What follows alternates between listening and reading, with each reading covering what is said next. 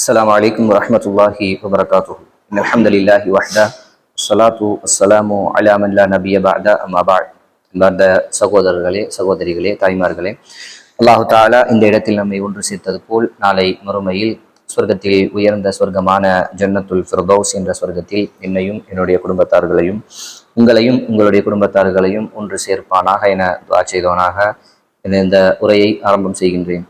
மஅரிஃபத்துல்லாஹ், அல்லாஹுவை அறிந்து கொள்வோம் என்கின்ற தலைப்பில் இறைவனோடு தொடர்புடைய நாம் விளங்கி இருக்க வேண்டிய ஒரு சில விஷயங்களுடைய சிறிய ஒரு தொகுப்பை நாம் தொடர்ச்சியாக பார்த்து வருகின்றோம். இன்றைய தினம் நாம் விளங்கிக் கொள்ள வேண்டிய விஷயம் என்னவென்றால், அல்லாஹ்வின் மீது தவக்குல் வைப்பது ஒரு முஃமினிடத்தில் இருக்க வேண்டிய மிக பிரதானமான ஒரு பண்பு. இறைவனின் மீது தவக்குல் வைப்பது. அல்லாஹு தாலா இதை பல இடங்களில் பல மாதிரி அல்லாஹு தாலா சொல்லி காட்டுவதை பார்க்கலாம். ஒரு முஃமினிடத்திய அல்லாஹ்வுடைய தூதர் சொல்லக்கூடிய செய்திகளில் ஒரு முஃமினிடத்தில், ஒரு நல்ல முஃமினிடத்தில் இருக்க வேண்டிய மிக முக்கியமான ஒரு பண்பாக இறைவன் மீது பொறுப்பு சாட்டக்கூடிய, இறைவன் மீது தவக்குல் வைக்கக்கூடிய அந்த விஷயத்தை அல்லாஹ்வுடைய தூதர் சொல்லி காட்டக்கூடிய விஷயங்களை நாம் பார்க்கலாம். அல்லாஹு தஆலா குர்ஆனில் வஅலல்லாஹி ஃபதவக்கலு இன் குன்தும் முஃமினீன், நீங்கள் ஈமான் கொண்டவர்களாக இருந்தால் அல்லாஹ்வின் மீது பொறுப்பு சாட்டுங்கள் என்று அல்லாஹு தாலா சொல்லக்கூடிய விஷயத்தையும் நாம் பார்க்கிறோம். தவக்குல் வைப்பது என்றால் நம்முடைய காரியங்கள் அனைத்தையும் அல்லாஹ்விடத்தில் ஒப்படைப்பது. தவக்குல் என்றால் நம்முடைய காரியங்கள், நாம் செய்ய வேண்டிய, நாம் தீர்த்து கொள்ள வேண்டிய, நமக்கு நடக்க வேண்டிய, நம்மிடத்திலிருந்து தூரமாக வேண்டிய என்று நம்முடைய உலக ரீதியான மறுமை ரீதியான அனைத்து காரியங்களையும் அல்லாஹ்விடத்தில் ஒப்படைப்பது. இது யாரால முடியும் என்றால், அல்லாஹ்வை பற்றிய அறிவு இருக்கக்கூடிய அந்த மக்களால தான் முடியும். அல்லாஹ்வை பற்றிய, அல்லாஹு தாலா என்னுடைய பொறுப்புகளை எல்லாம் ஏற்றுக்கொள்ளக்கூடியவன், அவன்தான். நானாக என்னுடைய பொறுப்புகளை முயற்சி செய்து நிறைவேற்றுவதை விட அல்லாஹ்விடத்தில் பொறுப்பு சாட்டி நான் அதை நிறைவேற்றுவது என்பது, அல்லாஹு தாலா அதை நிறைவேற்றி தருவது என்பது மிகச் சிறந்ததாக இருக்கும் என்றெல்லாம் யாருக்கு இறைவனை பற்றிய அந்த அவனுடைய ஆற்றல் பற்றி, அவனுடைய கல்வியை பற்றிய அறிவு யாருக்கு இருக்கோ அவர்களால் தான் இறைவனின் மீது பொறுப்பு சாட்ட முடியும். இது அல்லாஹு தாலா முஃமின்களுடைய மிக முக்கியமான பண்பாக அல்லாஹ் தாலா சொல்றான். அல்லாஹ் தாலா குர்ஆன்ல அல்லாஹ்வுடைய தூதருக்கு கட்டளையிடுறான், வஷாவிருஹும் ஃபில் அம்ர், ஒரு விஷயத்தில் அந்த மனிதர்களோடு நீங்கள் மஷூரா செய்து கொள்ளுங்கள்.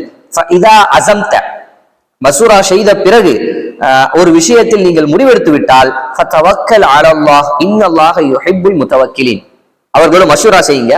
மஷூரா செஞ்சு இதை இப்படி செய்யலாம் அப்படின்ற ஒரு முடிவுக்கு நீங்க வந்துட்டீங்கன்னா அதற்கப்புறம் அல்லாஹ்வின் மீது தவக்குல் வைத்து விடுங்கள். அல்லாஹு தாலா தன் மீது தவக்குல் வைக்கவர்களை நேசிக்கின்றான் என்று அல்லாஹு தாலா சொல்லக்கூடிய செய்திகளையும் பார்க்கிறோம்.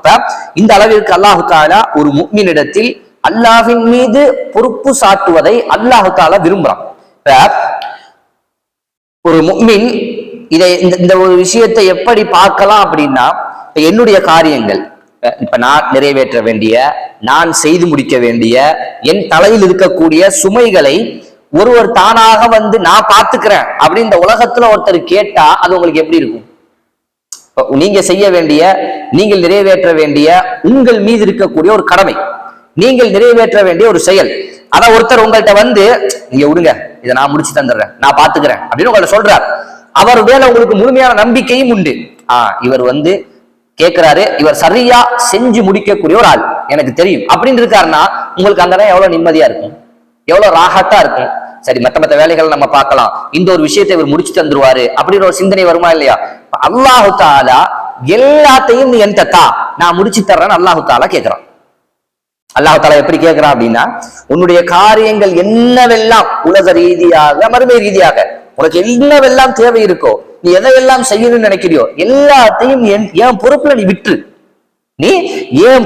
நீ விற்று, நான் உனக்கு அதை எல்லாத்தையும் முடிச்சு தர்றேன் அப்படின்னு அல்லாஹு தாலா சொல்றான். இது முஃமினுக்கு எவ்வளவு நிம்மதியான ஒரு இடம். அல்லாஹ்வை பற்றிய அறிவு இருக்கக்கூடிய மனிதர்களுக்கு அல்லாஹ்வுடைய இந்த வார்த்தைகள் எல்லாம் நிம்மதியான இடம். அப்பா அல்லாஹ் பார்த்துக்குவான், அவன் போதும், அவன்கிட்ட விட்டுறேன். நபிமார்களிடத்தில் நிறைய நீங்க இந்த வார்த்தைகளை பார்க்கலாம். இப்ராஹிம் அலைஹிஸ்ஸலாம்ட்ட பார்க்கலாம், மூசா அலைஹிஸ்ஸலாம்ட்ட பார்க்கலாம், ஈசா அலைஹிஸ்ஸலாம்ட்ட பார்க்கலாம், அல்லாஹ்வுடைய தூதர்கிட்ட பார்க்கலாம், சஹாபாக்கள்கிட்ட பார்க்கலாம். எல்லாரும் சொன்ன வார்த்தை என்ன? அல்லாஹ் தஆலா இருக்க, அவன் பார்த்துக்குவான். பெரும் இடங்கள்ல, சின்ன இடங்கள்ல அல்ல, சின்ன இடங்கள்ல மட்டுமல்ல, சின்ன இடங்களிலும் அல்லாஹ்வின் மீது பொறுப்பு சாட்டணும். பெரும் இடங்கள், என்ன ஆகும் என்றே தெரியாத இடங்களில் எல்லாம் நம்ம அந்த இடத்துல என்ன செய்வோம்னா, எப்படி இந்த இடத்துல தப்பிக்கிறது, நம்ம ஏதாவது ஒரு வழி இருக்குமா என்று யோசிக்கக்கூடிய இடங்களில் எல்லாம் அவர்கள் அல்லாஹு தாலா இருக்கான் அப்படின்னு சிம்பிளா ஒரு வார்த்தையில முடிச்சுட்டு உட்காரக்கூடிய இடங்கள் எல்லாம் பார்க்கிறோம். காரணம் என்ன? இறைவனின் மீது இருந்த அறிவும் நம்பிக்கையும், அல்லாஹு தாலா மீது இருந்த அறிவும் நம்பிக்கையும் அப்படிப்பட்ட இடங்களிலும் அல்லாஹு தாலா இருக்கான் அப்படிங்கிற வார்த்தையை அவர்களுக்கு சொல்ல வைத்தது என்கிறதெல்லாம் பார்க்கிறோம். அல்லாஹு தாலா தான் கேட்கிறான், உமைய தவக்கல் அலல்லாஹ் ஃபஹுவ ஹஸ்பு. யார் அல்லாஹ்வின் மீது பொறுப்பு சாற்றாரோ அவருக்கு அல்லாஹு தாலா போதுமானவன். இன்னொரு செய்தியில அலைஸல்லாஹு பிகாஃபின் அப்த, அல்லாஹ் தாலா கேட்கிறான், ஒரு அடியானுக்கு அல்லாஹு தாலா போதுமானவன் இல்லையா? கேள்வியாக கேட்கிறான். அலைஸல்லாஹு பிகாஃபின் அப்த, ஒரு அடியானுக்கு அவனுடைய அடியானுக்கு அல்லாஹு தாலா போதுமானவன் இல்லையா? அல்லாஹுவை விட யார் ஒருவரால் உங்களுடைய பொறுப்பை ஏற்றுக்கொள்ள முடியும்? உங்களுடைய காரியங்களை சரியாக நிறைவேற்றி தர முடியும்? எல்லா ஆற்றலும் எல்லா வல்லமையும் முழுமையான அறிவுமுறைய அல்லாஹு தாலா கேட்கிறான், உங்களுடைய காரியங்களை என்றதான் நான் பார்த்துக்கிறேன், அதனுடைய காரியங்களை நான் நிறைவேற்றி தரேன் அப்படின்னு அல்லாஹு தாலா சொல்லக்கூடிய இந்த விஷயங்களை எல்லாம் பார்க்கிறோம். அல்லாஹ் தாலா சொல்றான், ஏன் அவனுக்கு அந்த அளவுக்கு ஆற்றல்? எதற்காக அல்லாஹ் தாலா தன் மீது பொறுப்பை சாட்டு சொல்றான்? அல்லாஹ் தாலா சொல்றான், இன்சுருக்குமுல்லாஹு ஃபலா காலிப லக்கும். அல்லாஹு தாலா உங்களுக்கு உதவி செய்யணும்னு நினைச்சிட்டான் அப்படின்னா உங்களை மிகைப்பவர் யாரும் இல்லை.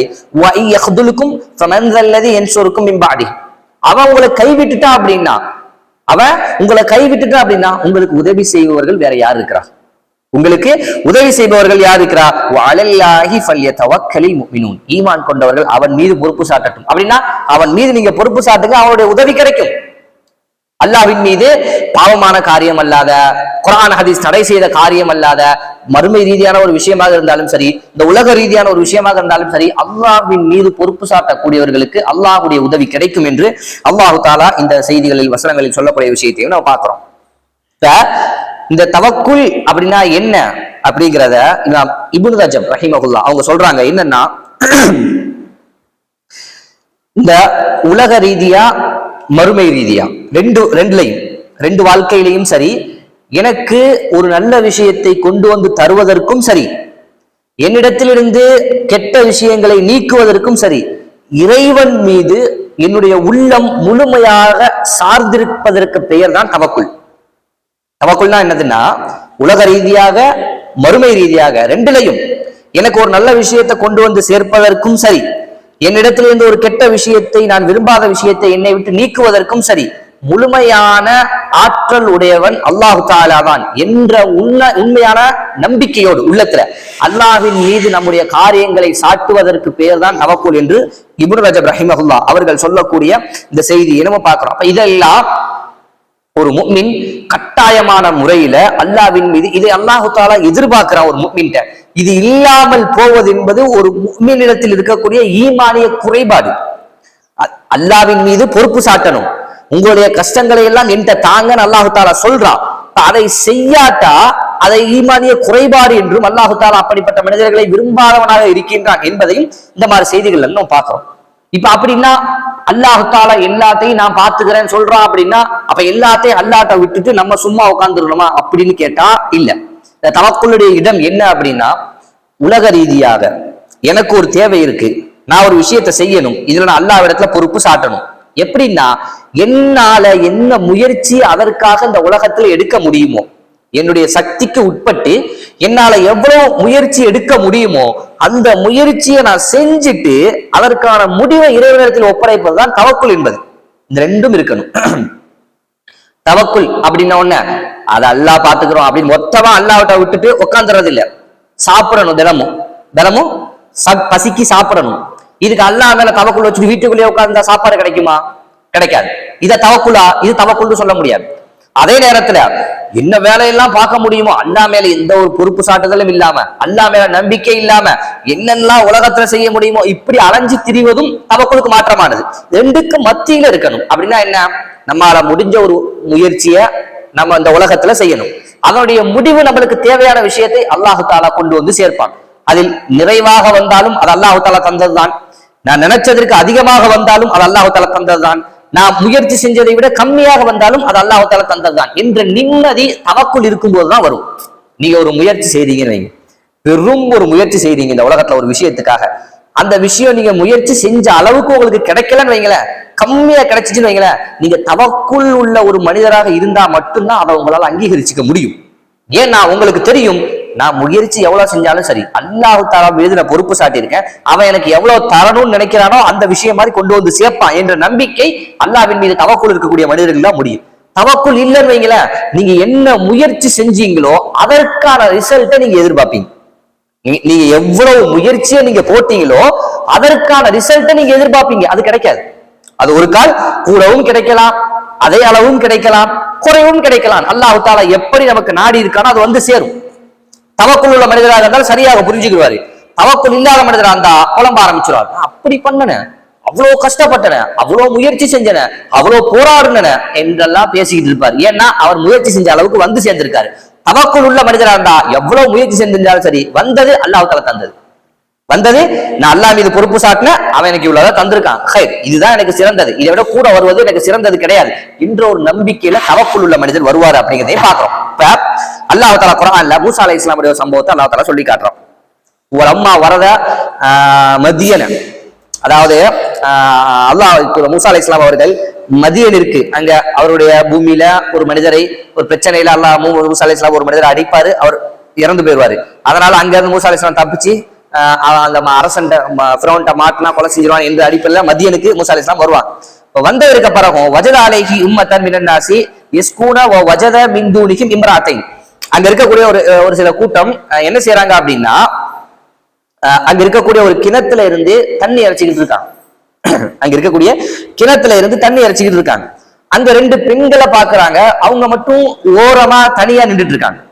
ஒரு ரெண்டு பெண்களை பாக்குறாங்க, அவங்க மட்டும் ஓரமா அதுல இருந்து தண்ணி இறைக்காம நின்றுட்டு இருக்காங்க. அவங்கள்ட்ட போய் கேட்கறாங்க, என்ன எதற்காக நீங்க தண்ணி இறைக்கிறதுக்காக வந்திருக்கீங்க, எதுக்காக நீங்க ஒதுங்கி நிக்கிறீங்க, ஆண்கள் எல்லாம் எடுத்துட்டு போய்கிட்டு இருக்காங்களா அப்படின்னு கேட்கும்போது அவங்க சொல்றாங்க, ஆண்கள் எல்லாம் எடுத்துட்டு போனதுக்கு பிறகுதான் நாங்க எங்களுடைய ஆட்டுக்கு தண்ணி எடுக்க முடியும், அவங்களுக்கு தண்ணி காட்ட முடியும். ஏன்னா அவர்கள் எல்லாம் போனதுக்கு பிறகுதான் நாங்க அந்த இடத்துக்கு போக முடியும். எங்களுக்கு வீட்டுல இருந்து ஒரு ஆண் வந்து எடுத்துட்டு போறதுக்கும் வாய்ப்பு இல்லை. ஏன்னா எங்களுக்கு ஒரு தந்தை இருக்கிறாரு, அவர் வயசான ஒரு மனிதர், எங்களுக்கு ஒரு தந்தை இருக்கிறாரு, அவர் ஒரு வயசான மனிதரை அவங்களால வந்து போக முடியாது, அதனால நாங்க தான் வரணும். ஆனா ஆண்கள் எடுக்கும்போது எங்களால எடுக்கவும் முடியாது அப்படின்னு சொல்றாங்க. அதனால மூசா அலைஹிஸ்ஸலாம் அந்த ரெண்டு பெண்களுக்கும் தான் முன்னாடி போய் ஆண்களுடைய வரிசையில் நின்று மூசா அலைஹிஸ்ஸலாம் அந்த ரெண்டு பெண்களுக்கும் தண்ணி இறைச்சி கொடுக்குறாங்க. தவக்குல நல்ல முறையில புரிஞ்சு கொள்ளக்கூடிய செய்தி இந்த நேரம். தண்ணிய இறைச்சி கொடுத்துட்டாங்க. ஒரு உதவி மூசா அலைஹிஸ்ஸலாம் அந்த இடத்துல செய்யறாங்க. யார் எவன் என்ற தெரியாத இரண்டு பெண்மணிகள், சரிங்களா, வந்திருக்கக்கூடிய ஊரும் யார் எவர் என்று தெரியாத ஒரு ஊர், எந்த நபரையும் தெரியாது, எந்த உதவியும் அங்க கிடைக்காது, அடுத்த ஒரு சாப்பாட்டிற்கு என்ன கதை என்று தெரியாது, சரிங்களா, அப்படிப்பட்ட ஒரு இடம். புரிஞ்சா? இப்ப மூசா அலைஹிஸ்ஸலாம் அவர்கள் ரெண்டு பெண்மணிகளுக்கு உதவி செஞ்சிருக்காங்க. இப்படி ரெண்டு சூழல் இருக்கும்போது நம்ம ஒரு அந்த இடத்துல என்ன செய்வோம்? நம்மளுக்கு அந்த ஊர் புதுசு, நம்மள்ட்ட பொருளாதாரமோ சாப்பிடுறதுக்கு ஒரு வசதியோ அல்லது நம்மளுக்கு தெரிந்த நபர்களோ யாருமே அங்க இல்ல. நம்ம அங்க இருக்கக்கூடிய ஒரு ரெண்டு பெண்மணிகளுக்கு உதவி செஞ்சிருக்கோம். இப்ப நம்மளுடைய எண்ணம் இந்த இடத்துல என்னவா இருக்கும்? எனக்கு ஏதாவது ஒரு வேலை இங்க ஏதாவது கிடைச்சா வாங்கித்தாங்க, அல்லது எனக்கு நான் அந்த மாதிரி வந்திருக்கேன், எனக்கு உதவி இல்லை, எனக்கு ஏதாவது ஒரு தங்க இடம் ஏற்பாடு பண்ணித்தாங்க, அல்லது ஏதாவது சாப்பாடு, ஏதாவது ஒரு உதவி அந்த பெண்கள்கிட்ட நம்ம கேட்போம். அவங்களுக்கு நம்ம உதவி செஞ்சிருக்கோம் என்ற அடிப்படையில மூசா அலைஹிஸ்ஸலாம் பார்த்தாங்க. அவங்க உதவி செஞ்சதற்கான ஒரே ஒரு காரணம், ரெண்டு பெண்கள் கஷ்டப்பட்டுக்கிட்டு நிக்கிறாங்களே என்ற ஒரு காரணத்திற்காக மட்டும் அந்த பெண்கள்கிட்ட மூசா அலைஹிஸ்ஸலாம் எந்த உதவியும் எதிர்பார்க்கல. அல்லாஹ் தஆலா அவர்கள் மூலமாகத்தான் அடுத்த உதவி செய்யறான். அது தவக்குள் வைத்த மனிதர்களுக்கு அல்லாஹ் தஆலா செய்யக்கூடியது. மூசா அலைஹிஸ்ஸலாம் அந்த பெண்கள்ட்ட எந்த உதவியும் எதிர்பார்க்கல. அவங்களுக்கு தண்ணியை கொடுத்து இறைச்சி கொடுத்து அனுப்பிட்டாங்க. எந்த ஒரு வார்த்தையும் எந்த ஒரு உதவியும் மூசா அலைஹிஸ்ஸலாம் அந்த பெண்கள்ட்ட கேட்கல. கொடுத்து அனுப்பிட்டு மூசா அலைஹிஸ்ஸலாம் அடுத்தது அல்லாஹ் தஆலா சொல்றான், அவர்கள் அவங்கள்ட்ட கொடுத்து அனுப்பிட்டு அந்த மரத்தினுடைய நிழலின் பக்கம் ஒதுங்கி மூசா அலைஹிஸ்ஸலாம் சொன்னாங்க, ரப்பி இன்னி லிமா அன்ஸல்த இலைய மின் கைரின் ஃபகீர். யா அல்லாஹ், நீ எந்த ஒரு நலவை இந்த நேரத்தை நீ தருபவனா இருந்தாலும் அதன் பக்கம் நான் தேவையுடையவனாக இருக்கின்றேன். நீ எந்த ஒரு நலவை எனக்கு இந்த நேரத்தில் நீ தருவதாக இருந்தாலும் அதன் பக்கம் நான் தேவையுடையவனாக இருக்கின்றேன் என்று மூசா அலைஹிஸ்ஸலாம் சொன்ன வார்த்தையும் அல்லாஹ் தஆலா சொல்லி காட்டுறான். இதை பாருங்க, எல்லா சூழலும் இருக்கு. அட்லீஸ்ட் அந்த பெண்கள்கிட்ட ஏதாவது ஒரு உதவி மூசா அலைஹிஸ்ஸலாம் கேட்கலாம், ஒரு பொருளாதாரம் கேட்டிருக்கலாம், அல்லது ஒருவேளை சாப்பாடு எனக்கு தாங்கன்னு கேட்டிருக்கலாம். எதுவும் இல்லாமல் மூசா அலைஹிஸ்ஸலாம் அவர்கள் நிலவின் பக்கம் ஒதுங்கி எங்க போறாங்க? இறைவன்ட்ட. அல்லாஹ், யா அல்லாஹ், நீதான் பொறுப்பு, நீதான் தவக்குள் வைப்பதற்கு அதிகாரம் உடையவன், நீதான் தவக்குள் வைப்பதற்கு அந்த தவக்குளை நிறைவேற்றுவதற்கு ஆற்றல் உடையவன், எனக்கு நீ ஏதாவது நன்மையை தருவதாக இருந்தா தா, உன் பக்கம் நான் முழுமையான ஃபகீர், எல்லாவித தேவையுடையவனா இருக்கேன், நான் எல்லாவித தேவையுடையவனாகவும் இருக்கேன், எனக்கு உன்னுடைய உதவி தேவை என்று மூசா அலைஹிஸ்ஸலாம் அவர்கள் சொன்ன வார்த்தையை நம்ம பார்க்கிறோம். அப்ப இதெல்லாம் இறைவனின் பக்கம் முழுமையாக அவன் மட்டும் அல்லாஹு தாலாவின் மீது என்னுடைய பொறுப்பை நான் சாட்டினால் போதும். வேற உலக ரீதியாக மனிதர்களிடத்தில் போவதெல்லாம் இரண்டாவது. நான் அல்லாவின் பக்கம் ஒதுங்கினால் மட்டும் போதும். இது உச்சகட்ட ஈமானுடைய வெளிப்பாடு. அந்த பெண்கள்கிட்ட இப்ப அவர்கள் உதவி கேட்டிருந்தாலும் மார்க்க ரீதியாக அது தடையா என்று கேட்டால் இல்ல. ஒரு உதவி செய்யறாங்க, ஒண்ணுமில்லாத நிலையில இருக்காங்க, அவங்கள்ட்ட உதவி கேட்பதற்கு மார்க்க ரீதியா தடையும் இல்லை. ஆனா உச்சகட்ட ஈமான் இருக்கும்ல நபிமார்களுக்கு, அந்த ஈமான்ல அவங்க ஒதுக்கக்கூடிய இடமாக அல்லாஹு தாலா இருந்தான் என்கின்ற விஷயத்தையும் நான் பார்க்க முடிகிறது. அப்ப இந்த அளவிற்கான இறைவன் மீது பொறுப்பு சாட்டுதல் என்ற ஒரு பண்பு ஒரு முஃமினிடத்தில் கட்டாயமாக இருக்க வேண்டும் என்பதையும் இந்த செய்திகள் நமக்கு தெரியப்படுத்துகிறது. வரக்கூடிய நாட்களில் மீதம் இருக்கக்கூடிய செய்திகளையும் படிக்கக்கூடிய மக்களாக அல்லாஹ் தாலா நம் அனைவரையும் ஆக்கி அல்பதிவானாக. அல்ஹம்துலில்லாஹி ரப்பில் ஆலமீன். அஸ்ஸலாமு அலைக்கும் வரஹ்மத்துல்லாஹி வபரகாத்துஹு.